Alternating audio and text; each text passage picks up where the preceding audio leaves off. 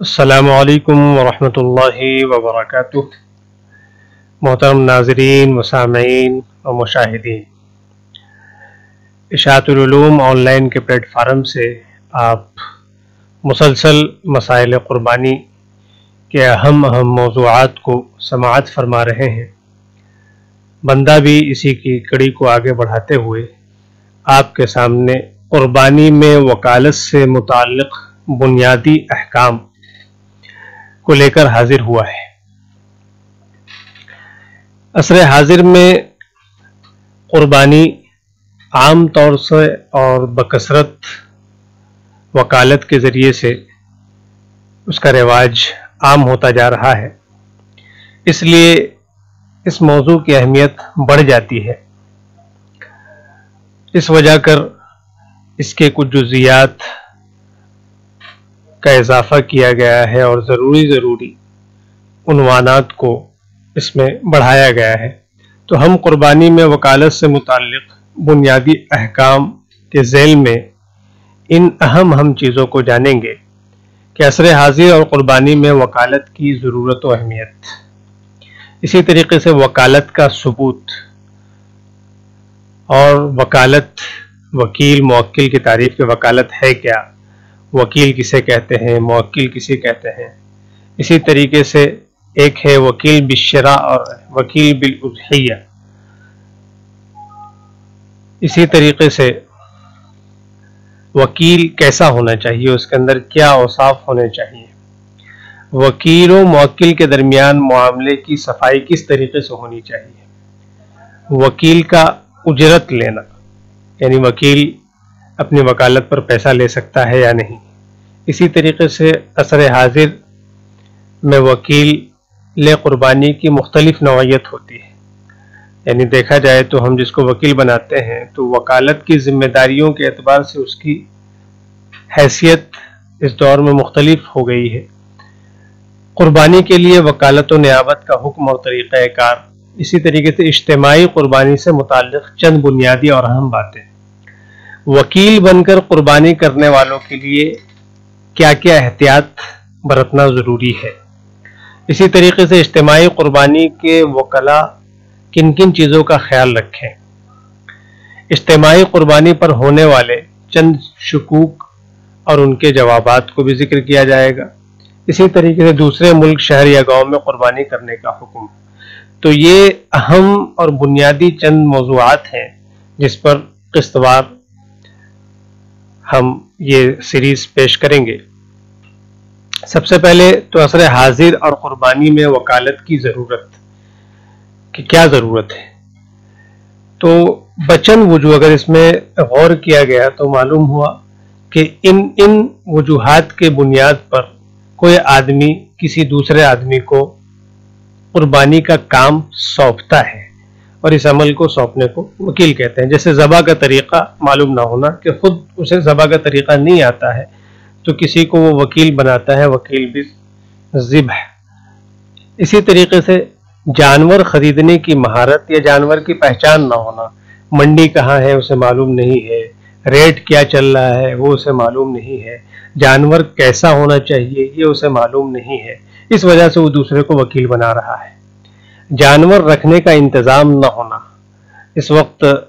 اکثر لوگ کاروبار کے اعتبار سے شہروں میں آباد ہو گئے ہیں، گاؤں وغیرہ کو چھوڑ کر، اور شہروں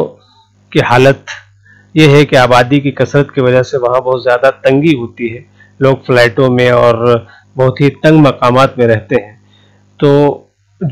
انسان ہی بمشکل رہ پاتا ہے، تو پھر جانور خرید کر اس کو رکھنے کا انتظام ان کے پاس نہیں ہوتا ہے، اس وجہ سے وہ جہاں سہولت ہوتی ہے وہاں پر وکیل بناتے ہیں قربانی کے لیے۔ جانور سنبھالنے پر قدرت کا نہ ہونا، جگہ ہے سب کچھ ہے لیکن جانور انہوں نے کبھی پالا نہیں ہے، خرید کر لا کر اسے کس طریقے سے رکھنا ہے، اس کی صاف صفائی کس طریقے سے کرنا ہے اور اسے کھلانا پلانا کس طریقے سے، یہ انہیں نہیں آتا ہے۔ حالانکہ از خود اپنے جانور کی قربانی کرنا، اس کی دیکھ ریکھ کرنا، اس کی بڑی فضیلت آئی ہے۔ لیکن اگر کوئی ان سب چیزوں کو نہیں کر پاتا ہے، اس کے پاس انتظام نہیں ہے، تو پھر وہ اس وجہ سے بھی وکیل لوگ بناتے ہیں۔ اجنبی جگہ میں ہونا، کہیں نوکری کے سلسلے میں وہ مقیم ہے اور وہیں رہ رہا ہے رہائشی طور پر، اور لوگوں سے زیادہ تعلقات نہیں ہیں، اور ایک روم وغیرہ میں وہ رہ رہا ہے، کہاں سے جانور خریدنا ہے، کدھر قربانی کروانا ہے، تو یہ سب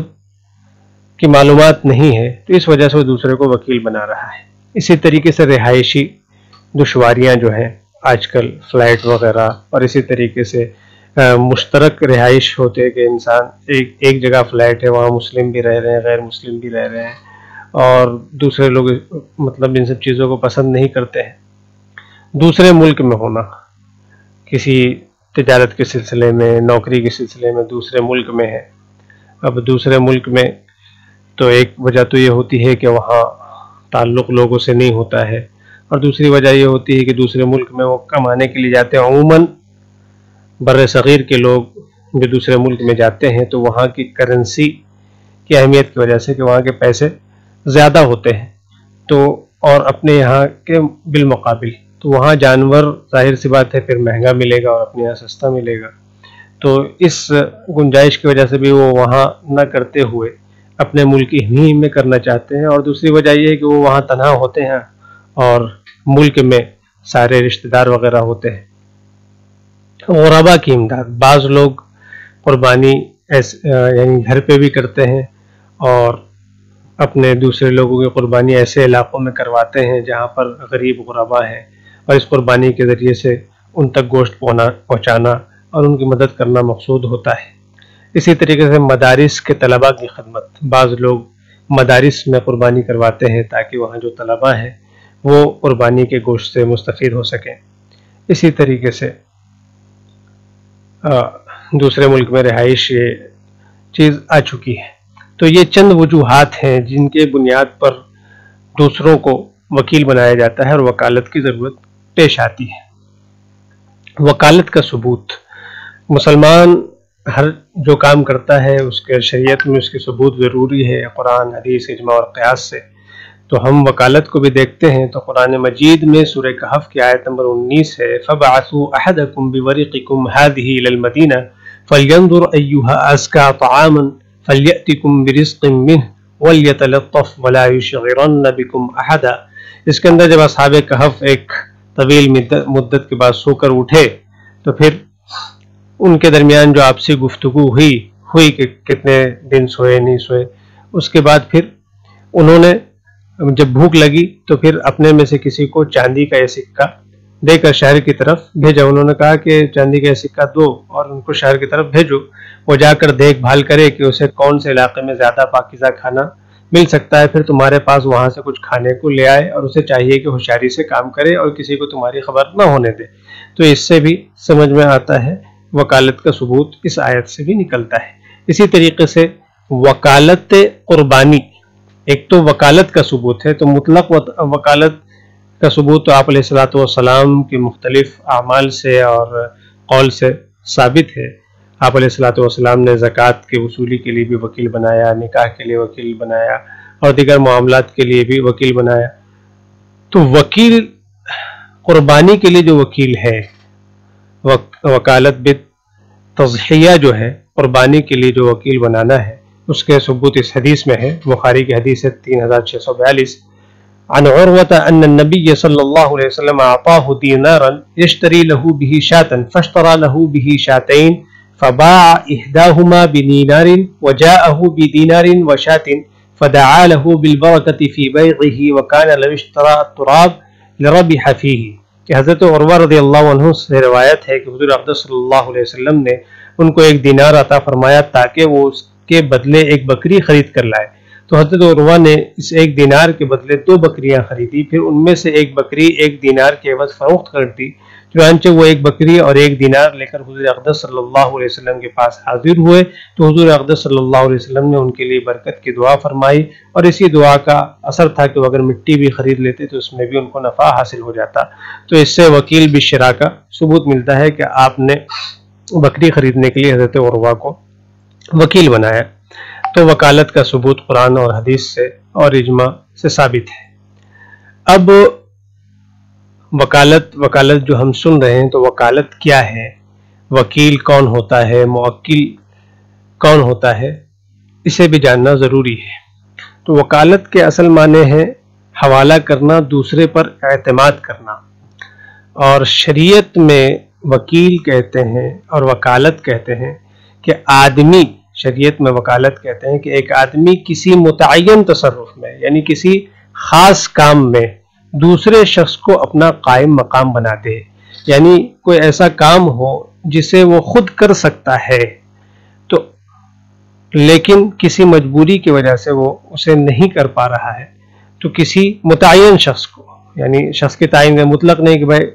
آپ لوگ کر لو، اس طریقے سے نہیں، کسی متعین شخص کو اس کا وکیل بنا دے وے، اس کام کو سپرد کر دے وے، اس کو وکالت کہتے ہیں کہ آدمی کسی متعین تصرف میں دوسرے شخص کو اپنا قائم مقام بنا دے وے کہ میری طرف سے آپ اس کام کو انجام دے لیں۔ ارکان وکالت، یعنی وکالت کے منعقد ہونے کے لیے جو چیز ضروری ہے، ایجاب و قبول، یعنی جو شخص پہلے کہے گا، یعنی اگر موکل جو شخص وکیل بنا رہا ہے وہ کسی کو یہ کام سپرد کرے کہ آپ میرے طرف سے فلاں کام کر دیجئے، تو اسے ایجاب کہیں گے، اور جسے وکیل بنایا جا رہا ہے، کام سپرد کیا جا رہا ہے، وہ اسے قبول کر لے کہ ٹھیک ہے میں یہ کام کروں گا، تو اسے قبول کہتے ہیں۔ یا وکیل خود موکل کو کہے کہ میں آپ کا فلاں کام، جیسے کہ مدارس اور ٹرسٹ وغیرہ کی طرف سے اعلان ہوتا ہے کہ کسی کو قربانی کروانا ہے تو وہ کروائیں، تو یہ وکیل کی طرف سے ایجاب ہوا، اور کروانے والے جو اس کو قبول کر لیتے ہیں، یعنی تیار ہو جاتے ہیں کہ ٹھیک ہے یہ رقم میرے طرف سے ہے اور آپ میری طرف سے قربانی کر لیں، تو یہ ارکان وکالت ہے۔ وکیل بنانے والے کو موکل کہتے ہیں، یعنی جو اپنا کام دوسرے کو سپرد کرتا ہے اس کو شریعت کی اصطلاح میں موکل کہا جاتا ہے۔ اور وکیل جو وکالت قبول کرے، یعنی جو کام کرنے کی ذمہ داری لے، اسے وکیل کہتے ہیں۔ بہرحال اتنی ضروری معلومات کے بعد اب اگلی قسط میں ہم ان چیزوں کو جانیں گے کہ وکیل بالشراء اور وکیل بالوصیہ کیا ہے، وکیل بالشراء کسے کہتے ہیں، وکیل بالوصیہ کسے کہتے ہیں، وکیل کے اوصاف کیسے ہونے چاہیے، وکیل و موکل کے درمیان معاملے کی صفائی کس طریقے سے ہو اور معاملہ صاف ستھرا ہونا چاہیے، وکیل اپنی وکالت پر اجرت لے سکتا ہے یا نہیں، پھر عصر حاضر میں وکیل قربانی کی جو مختلف نوعیت ہیں اسے بتایا جائے گا، قربانی کے لیے وکالت و نیابت کا حکم اور طریقہ کار کیا ہو، اس کو اگلی قسط میں انشاءاللہ بیان کیا جائے گا۔ سبحان اللہ۔